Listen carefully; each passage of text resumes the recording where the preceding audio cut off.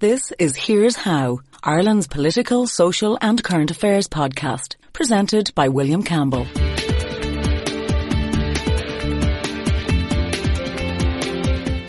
Thank you for downloading episode 50 of Here's How.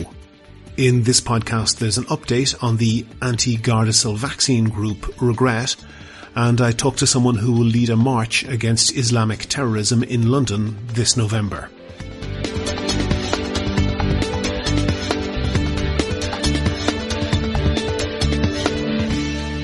Here's How is Ireland's political, social and current affairs podcast. Make your view heard. Just dial 076 603 5060 and tell the world what you're thinking. Your voicemail may be included in the next podcast. You can find tips on recording your contribution and other ways to contact the show at here'show.ie/call.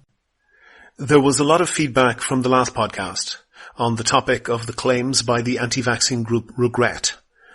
Again, since the podcast, I've asked several times for the Regret group to provide a speaker to explain their claims, and I made it clear that they will be allowed to present their case fairly. They haven't answered my emails, they haven't returned my phone calls, even though they do seem to be running an active campaign and offering interviews to sympathetic radio presenters in their campaign against the HPV vaccine Gardasil, which prevents cervical cancer. I did, however, speak to one source close to Regret who I agreed not to name. You might remember that Anna Cannon made this claim. What we also know is that in a later 4-year clinical trial by Merck, 1 in 40 of trial participants reported a serious adverse event after taking the Gardasil HPV vaccine. And in addition to this, 1 in 30 also reported a new autoimmune condition.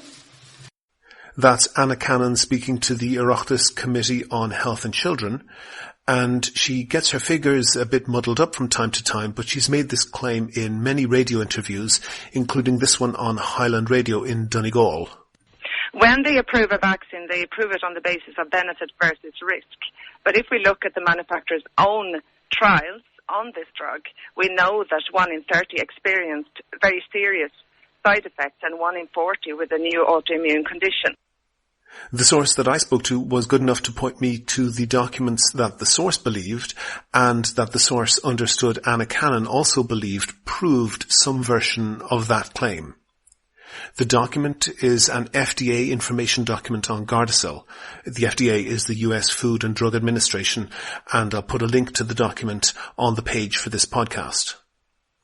The document is very technical.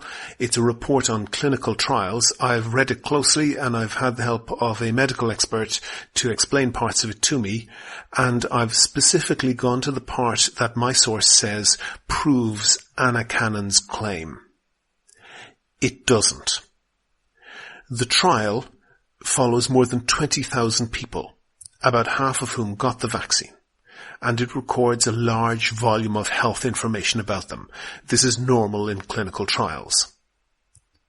One table in the document that the source pointed me towards lists reported incident conditions potentially indicative of a systemic autoimmune disorder after enrollment in clinical trials of Gardasil, regardless of causality.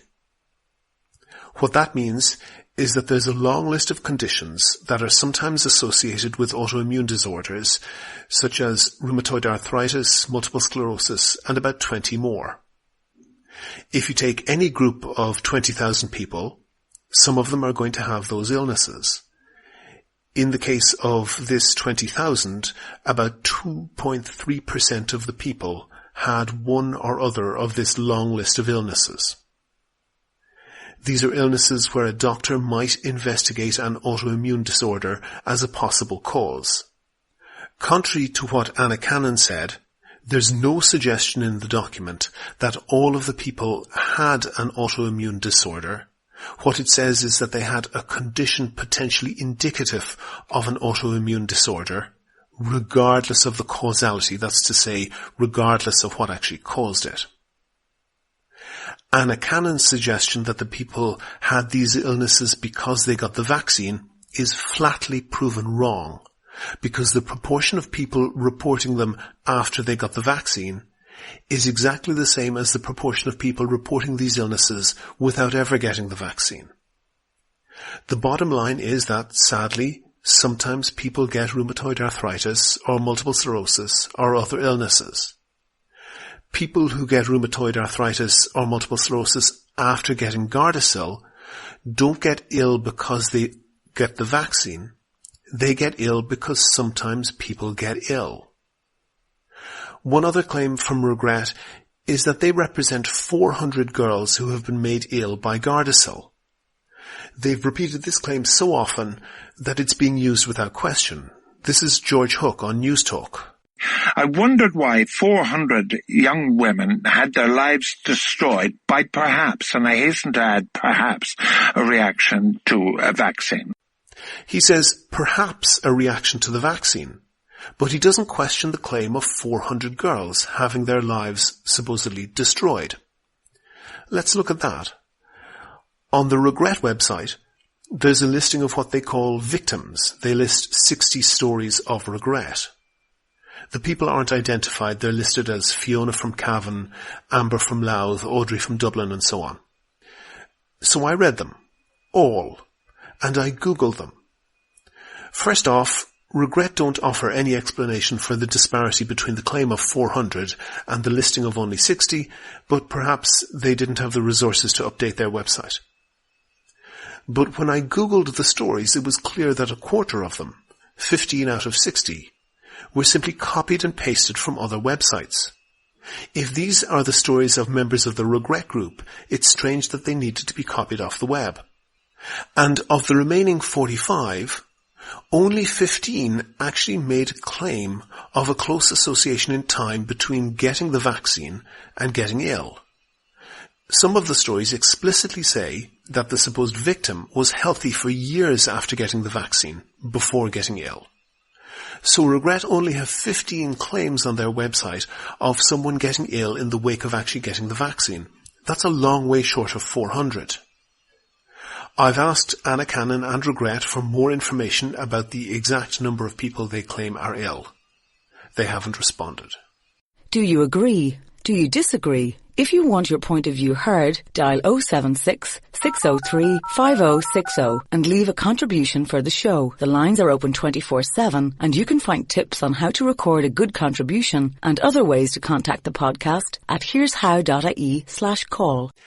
Waqar Haidar is of the Husseini Islamic Trust in London, and he was an organizer last year of a march, and there will be another one in this November. Waqar, what was the purpose of the march that you organized in London? The purpose of the march is to commemorate the martyrdom, the killing of the grandson of our Holy Prophet Muhammad, which took place in 681 AD. He was killed by the caliphate of the time, and yet he was the grandson of the Prophet. So he stood against injustice. They were corrupt. They were ruining Islam, the caliphate. And so he took a stance against them in a place called Karbala in Iraq.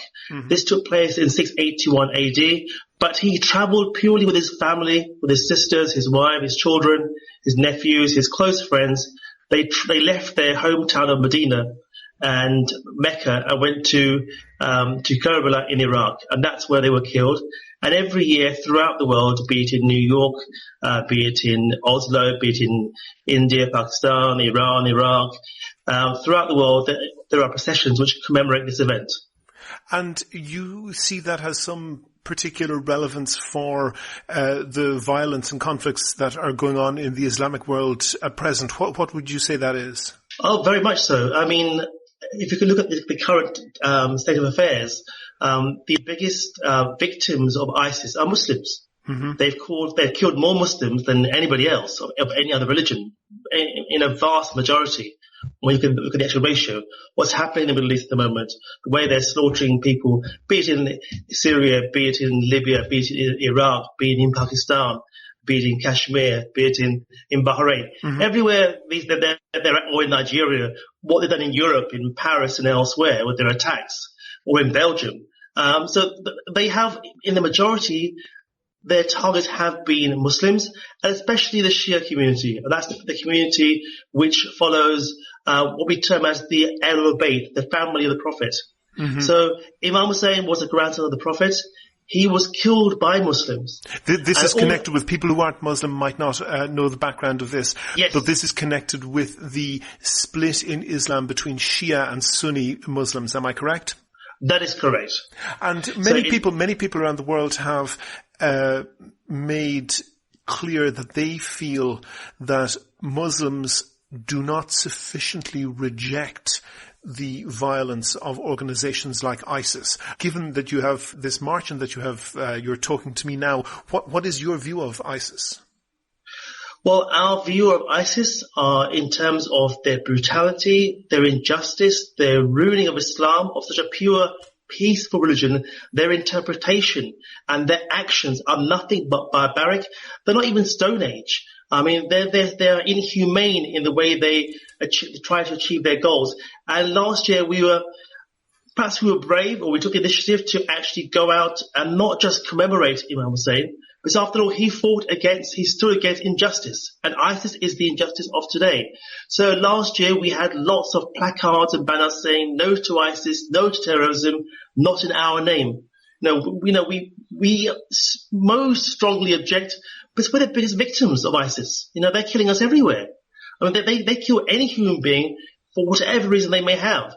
And so last year we came out in Marble Arch. We commemorated Imam Hussein. Marble Arch, I should say, is in London. You organised this. Correct. This was British Muslims organised this march in the centre of London. That's correct. And and people came from all over, not just the UK, but even from Europe. They flew in.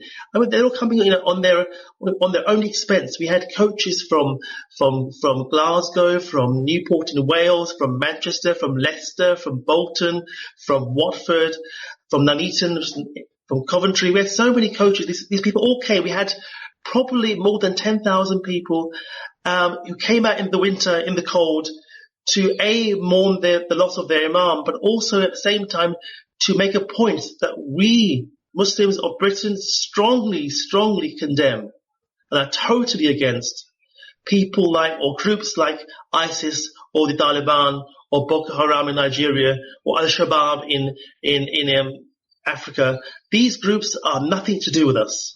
As a Muslim living in the West, living in Britain, do you feel the consequences, or perhaps even if you don't suffer physical consequences, do you feel that non-Muslim people who live around you are suspicious of your motives, or that they are not entirely aware that you reject ISIS in the way that you do? I think there's probably not enough understanding. Like the Christianity community, it's not one community. You've got Roman Catholics, you've got Protestants, you've got various different grouping in the Christian churches. And it's similar in the Muslim community. And even though the Shia community are about 20%, even in the Sunni community, the majority of them are very much against ISIS and what they do. But the problem you have is that the minority of Muslims who do have these views, which unfortunately are supported by their backers, mainly Saudi Arabia, and their theology and their kind of thinking, they seem to try to portray themselves as if they are Islam and they are the 99% Muslims are all of that theology. They're not. They're a very small minority, and the majority of us are horrified by them. But unfortunately, we are seen as a Muslim. For example, a lady wearing a scarf, she's seen as a Muslim. Mm-hmm. They don't know what her personal background is. She could be a doctor who's saving lives, for example, and she has nothing at all. She's completely peaceful. Her family, her grandparents, her entire family and friends are all extremely peaceful like anybody else. But unfortunately, because you see a scarf or someone who may have a beard, may look like a Muslim, they all think of ISIS. It's like the IRA in Ireland, because the IRA and Britain had problems in the past, it didn't mean that all Christians or all Catholics were terrorists. There is a debate, and this I think debate is occurring in almost every Western country. And on one side of the debate, there are people who say something similar to what you're saying, that yes, there are Muslim terrorists, but not all Muslims are terrorists. Most Muslims completely reject this and are decent people. And on the other side of that debate, there are people who say, no, look, these values that are inimical to Western liberalism are baked into Islam, and that you can't have Islam without, for example, extreme rejection of homosexuality. I think it's one thing to, for example, to disagree with something. Mm-hmm. And it's one thing that should go out and act on it. We can all have our beliefs about various things, what we believe, but it's not for me to preach, or it's not for us to condemn somebody else. Mm-hmm. At the end of the day, if you believe in God, God created all of us, whatever you may be. So, we should always, we have like a famous saying in our religion, always look at yourself first before you condemn others. Because we ourselves have our own faults. It's not for us to condemn others. That's not our responsibility as a Muslim or a Jew or a Christian. I'm sure we all want to try and be as good people as we are before we condemn anybody else. And I was born here. We have third, fourth generation Muslims living in this country, and we all, I think, respect, and we all work with everybody. We have friends from all kinds of diverse communities. That may be true, but the ICM company did an opinion poll of Muslims in Britain, which would include yourself and your community. 47% said that a gay person could not become a teacher. Now, I also say one thing, that I cannot perhaps speak for the whole Muslim community, but in terms of the Shia community, I'll give you an example. If you go to Iran, for example, as an example, you have shared taxis there, where at 2 a.m, a stranger, a man and a woman, can share the same taxi, have the same seat. So I think in terms of what the values in Islam, well, they vary from country to country. And I think when it comes to our community, the Shia community, I think we're far more liberal when it comes to these sort of things. I understand that, and I'm sure that some people at least listening will be saying to themselves that there are very objectionable passages in the Bible as well that talk about stoning adulterers and so forth, and that a woman, if she is not a virgin on her wedding night, should be killed. But isn't it true that Christianity has become modern and liberal, and in fact it has become acceptable to the extent that it has abandoned those extreme positions? Yeah. Is it possible for Islam, for example, to abandon positions that say, as the Quran does, that somebody who is a Muslim and leaves the religion must be killed? I think you'll find, for example, that Islamic theology, and especially Islamic jurisprudence, when it comes to, I can here talk from the Shia's perspective, at least, is that we have ijtihad. Ijtihad means where our ayatollahs, our highest ranking priests, have the authority to issue edicts. And you'll find many things now which perhaps in the past were used, like, for example, stoning or other things, are now not anymore applied when it comes to the current day and age. But when ISIS say, hang on a second, we have the word of God written in a book, nobody on earth has authority to challenge that within the Muslim worldview. That's quite an appealing way of viewing things, isn't it? It may be, but at the end of the day, what right does ISIS have to judge everybody, be the judge and jury, and in 5 minutes shoot someone dead, or if not less? Oh, I agree with you entirely. But hang on a second. I've got the figures here. I've got the figures here. For example, just short of 1/4 of British Muslims believe that Sharia law should be introduced in Britain. Well, I personally, and I think the majority of us that I have worked with, or in my community, would I would say strongly disagree with this sentiment, because after all, we're not living in a Muslim country. Many laws in Islam only apply if you actually live in a Islamic country. Okay, well let me challenge you on that. Say, for example, in Pakistan or Iran, which is a Shia Muslim country by majority, is it right for Sharia law, for example, the cutting off of a thief's hand, the killing of an apostate, that's to say somebody who leaves the religion, is that right to happen in Iran? I think these sort of cases, if you look at this, I'm sure if you look at the stats, are becoming fewer and fewer. Which is I think the way forward. It will take time for things to change, but you will find in many countries, not just Iran, where these sort of punishments are almost have now either disappeared, or shall we say, almost disappeared. If we ignore countries like Saudi Arabia, where they have a very high ratio of these punishments, but the majority of the countries you'll find do not act on these sort of verdicts in this day and age. And I'm sure, come in, the more we move forward, the world's becoming a lot smaller in terms of everyone's now connected. You speak to a villager in Iraq, or a herdman in Iran who's got a farmer in Iran. They've all now got WhatsApp. They all know what's happening in the world. They all know about current values and what's happening in the world and what's happening outside their countries. And Islam equally has to move forward, and I think in many places it has moved forward a long way from what it was, say, 50 years ago. Some people like Yasmin Alibhai-Brown, the British female Muslim writer, has said that Islam needs a reformation in the way that Christianity had a reformation that created Protestantism. What do you think about that? I think Islam already has so many sects. If you look at Islam and the number of... Islam is not... Many Muslims talk about the one community. We're not really one community. Yes, we believe in God, and we believe that Muhammad, peace be upon him, is the last prophet of God, and Adam was the first prophet. I mean, we have certain core beliefs, like going to the Hajj and going to Mecca and praying. But Islam has got so many different sects, and a lot of them just, who do not really mingle. So we're not one community at all. So Reformation you talk about, you may think some sects or some groupings are more liberal than others, for example. But we're not one community. So the Reformation, perhaps you may argue, if you went to the largest sect, the Sunni sect, for example, they have so many different sects within themselves. So I'm not sure how a Reformation would take place when you have so many different mullahs, priests out there. Well, whatever about the difficulties, do you think that the principle has merit?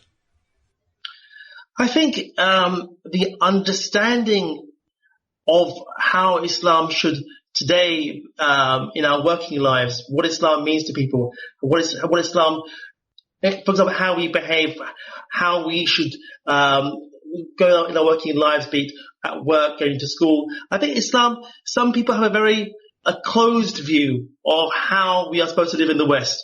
And they don't understand that actually, we should take the good from both societies. For example, a very famous prophet, our Prophet Muhammad, peace be upon him, one of his most famous sort of speeches was, even if you have to go to China to get knowledge, go to China. Now in those days, China was seen as in terms of knowledge. The moon, basically.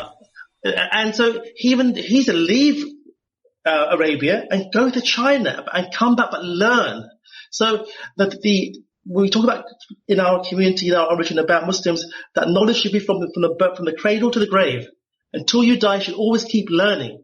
And I think those people who think that, like, for example, women shouldn't go to school or girls shouldn't go to school, and that happens a lot in many parts of the world, that's totally un-Islamic. That's not what the Prophet said himself.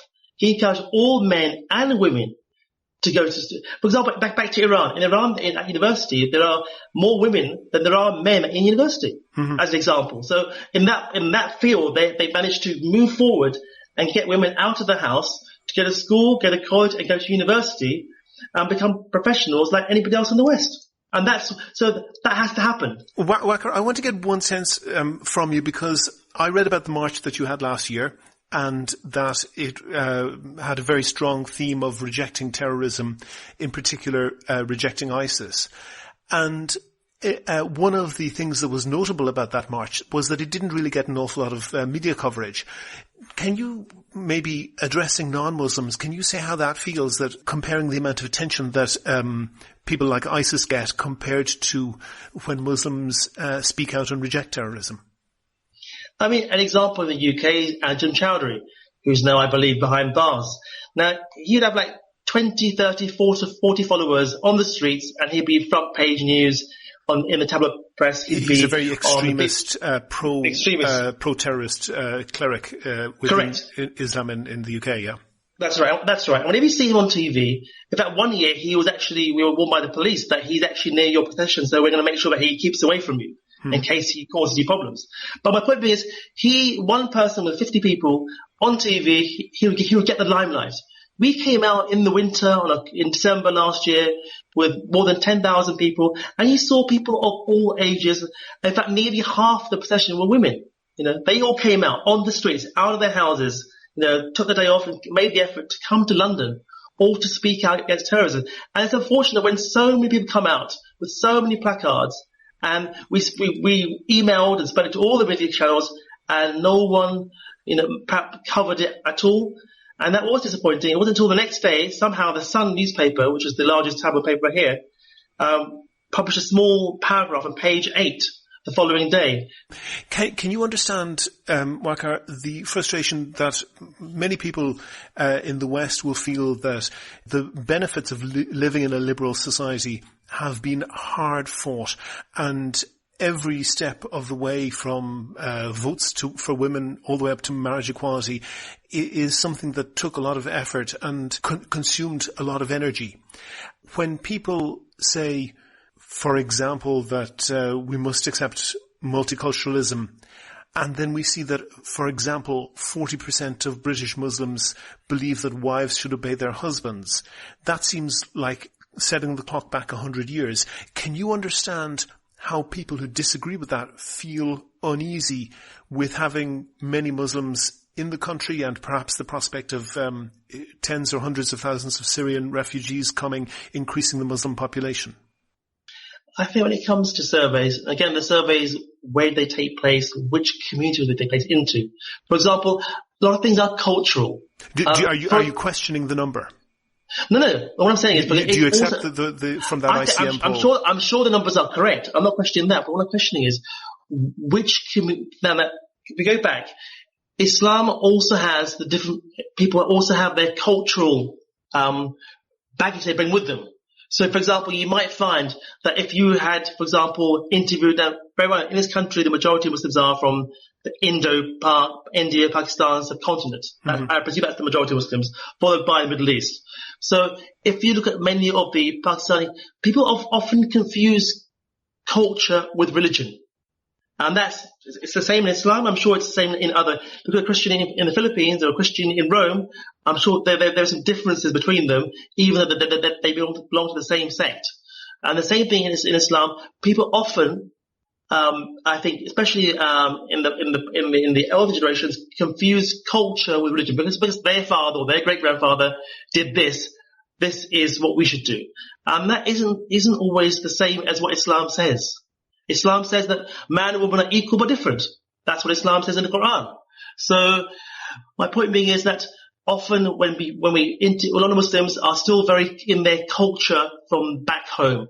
And that is changing. With those who are now third, fourth generation here, if you did a poll, let's say for Muslims under 25, I'm sure the answer will be very different to if you did a poll for Muslims who are older than that group. Mm-hmm. To take three particular Muslims who are under 25, the three young schoolgirls who left London and at 15 years of age managed to travel through Turkey to Syria. Can you see how that makes people outside the Muslim community both horrified and suspicious as to what's going on? As you are aware, our procession is a mourning procession for Imam Hussein, who was the grandson of the Prophet. He was killed by the Caliphate. But unfortunately, in many parts of the Muslim world, they see the Caliphate as the glory period or age of Muslims. We should explain the Caliphate was essentially an Islamic religious kingdom, a theocracy that was ruled by an Islamic figure. Yes, basically, after the Prophet's death, one person, they chose caliph. So one person became the first caliph, and he died. The second caliph came along. Third caliph came along. The fourth caliph came along, who was also the son-in-law and cousin of the Prophet. And then after that, you had families ran this, the caliphate. So you had various dynasties. Now, in Shia theology, or in Shia history, we completely reject the caliphate because they were the people which killed the Prophet's family.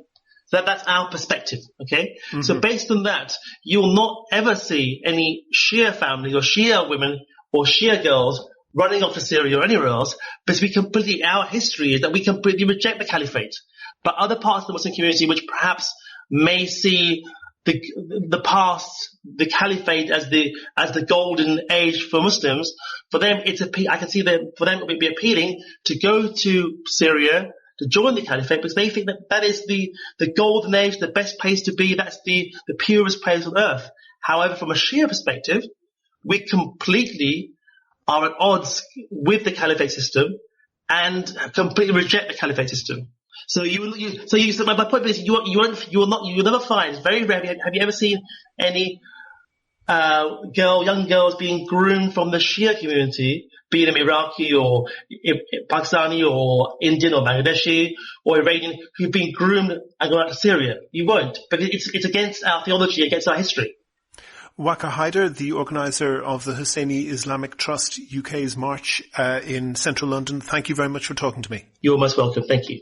Make your view heard. Dial 076 603 5060 and leave a contribution for the show. You can find tips on how to record a good contribution and other ways to contact the podcast at here'show.ie/call. That's almost the end of episode 50 of Here's How, Ireland's political, social and current affairs podcast, published on the 27th of October 2016.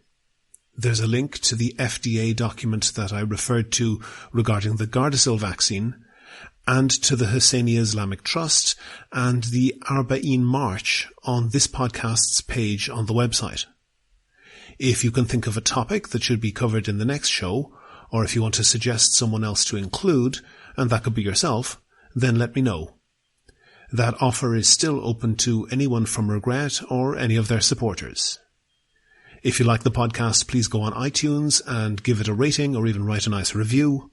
Also, please like the show on Facebook, follow the podcast on Twitter at Here's How Podcast, follow the Arba'een March at Arba'een UK, subscribe to the podcast so that new shows automatically come into your podcast feed. You can use iTunes, Stitcher, TuneIn Radio, or any other podcast app or software. And if you don't know how to do that, there's step-by-step instructions along with contact details at www.here'show.ie. The next show will be uploaded shortly.